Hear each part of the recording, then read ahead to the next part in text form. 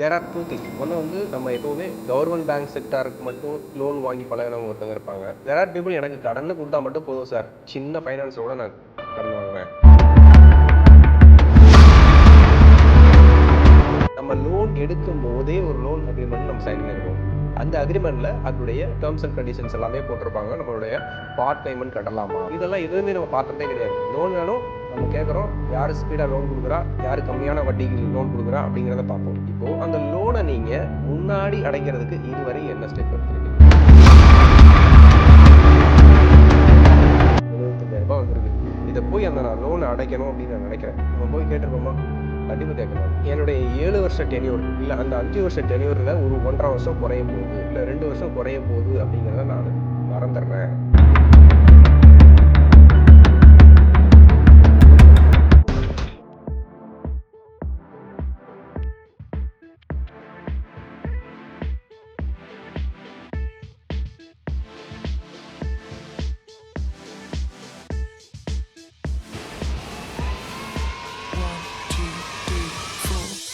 ஒரு கடன் வாங்கிட்டேன், அந்த கடனுக்கு எனக்கு ஒரு இஎம்ஐ ஷெடியூல் 5 இயர்ஸ் இல்லை 3 இயர்ஸ் அப்படின்னு சொல்லி கொடுத்துட்டாங்க. நாம் நினைக்கிறோம் அந்த 3 இயர்ஸ் ஆர் அந்த 5 இயர்ஸ் ஸ்லாபுக்கு முன்னாடி அடைக்க முடியாதுன்னு நீங்கள் நினைக்கிறீங்களா? அப்படி ஒரு பிளானே கிடையாது. There are two things. ஒன்று வந்து நம்ம எப்போவுமே கவர்மெண்ட் பேங்க் செக்டாருக்கு மட்டும் லோன் வாங்கி பழகினவங்க ஒருத்தவங்க இருப்பாங்க.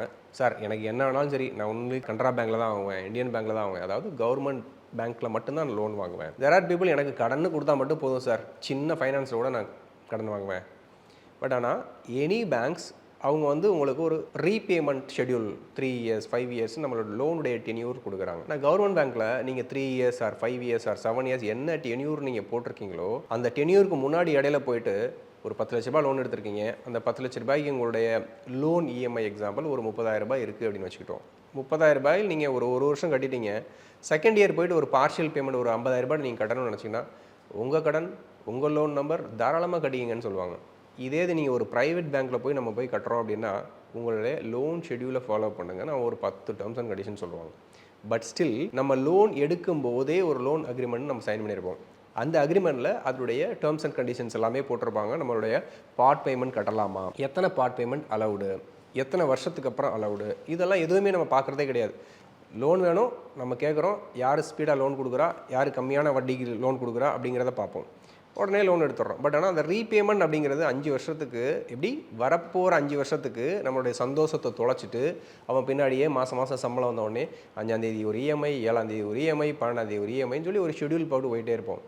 சரி, இப்போது அந்த லோனை நீங்கள் முன்னாடி அடைக்கிறதுக்கு இதுவரை என்ன ஸ்டெப் எடுத்திருக்கவே மாட்டோம். ஏன்னா எனக்கு தெரிஞ்சது லோன் வாங்கினா ஆஸ் பர் இஎம்ஐ படி அடைக்கணுங்கிறது.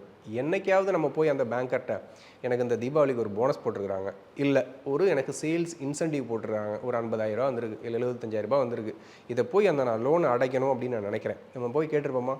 கண்டிப்பாக கேட்க மாட்டோம். ஏன்னா நமக்கு அக்கௌண்ட்டுக்கு வரவு வந்த உடனே அதை எப்படி செலவு பண்ணுறதுன்றதான் தெரியுமே ஒழிய அந்த வரவை எடுத்துக்கொண்டு போய் ஒரு பயனுள்ள செலவு, இந்த கடனை நான் வந்து இந்த 50,000 ரூபாயை இல்லை இந்த 75,000 ரூபாயை என்னுடைய 10 லட்ச ரூபாய் லோனை நான் அடைச்சிட்டேன் அப்படின்னா என்னுடைய 7 வருஷ டென்யூர் இல்லை அந்த 5 வருஷ டென்யூரில் ஒரு 1.5 வருஷம் குறைய போகுது, இல்லை 2 வருஷம் குறைய போகுது அப்படிங்கிறத நான் மறந்துடுறேன். ஏன்னா எனக்கு இது வரைக்கும் அது யாருமே சொல்லி கொடுக்கல. அப்போது நான் வந்து ஒரு பார்ஷியல் அமௌண்ட்டு என்னுடைய லோனில் வந்து ஒரு பார்ட் பேமெண்ட்டாக நான் கட்டும் பொழுது என்னுடைய டென்யூர் குறையுது, என்னுடைய நம்பர் ஆஃப் வேல்யூ இந்த இன்ட்ரெஸ்ட் வேல்யூ குறையுது. இப்போ நான் ஒரு 10 lakhs லோனுக்கு ஒரு 3 லட்ச ரூபாய் நான் இன்ட்ரெஸ்ட் கட்டுறேன் அப்படின்னா அதுலேயும் ஒரு போர்ஷன் ஆஃப் வேல்யூ குறையும். அப்போ நம்ம என்னைக்கு நம்ம வந்து பார்ட் பேமெண்ட் கட்ட ஆரம்பிக்கிறோமோ அப்போ தான் அந்த லோனுடைய டென்யூரை உங்களால் குறைக்க முடியும். நன்றி.